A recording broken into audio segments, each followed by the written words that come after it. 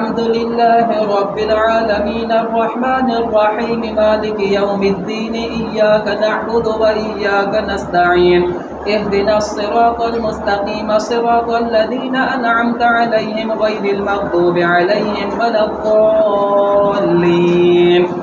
وما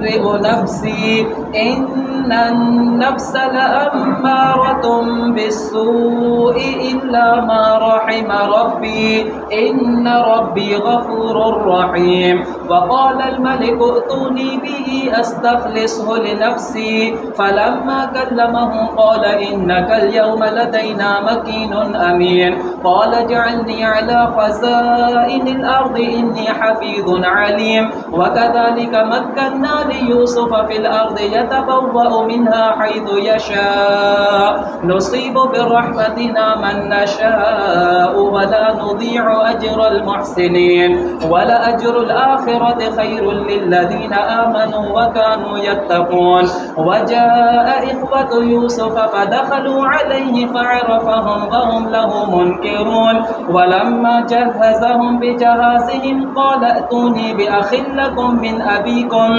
ألا ترون أني أوفي الكيل وأنا خير المنزلين فإن لم تأتوني به فلا كيل لكم عندي ولا تقربون قالوا سنراود عنه أباه وإنا لفاعلون وقال لفتيانه جعلوا بضاعتهم في رحالهم لعلهم يعرفونها إذا انقلبوا إلى أهلهم لعلهم يرجعون فلما رجعوا إلى أبيهم قالوا يا أبانا منع منا الكيل فأرسل معنا أخانا نقتل وإنا له لحافظون قال هل آمنكم عليه إلا كما أمنتكم على أخيه من قبل فالله خير حافظا وهو أرحم الراحمين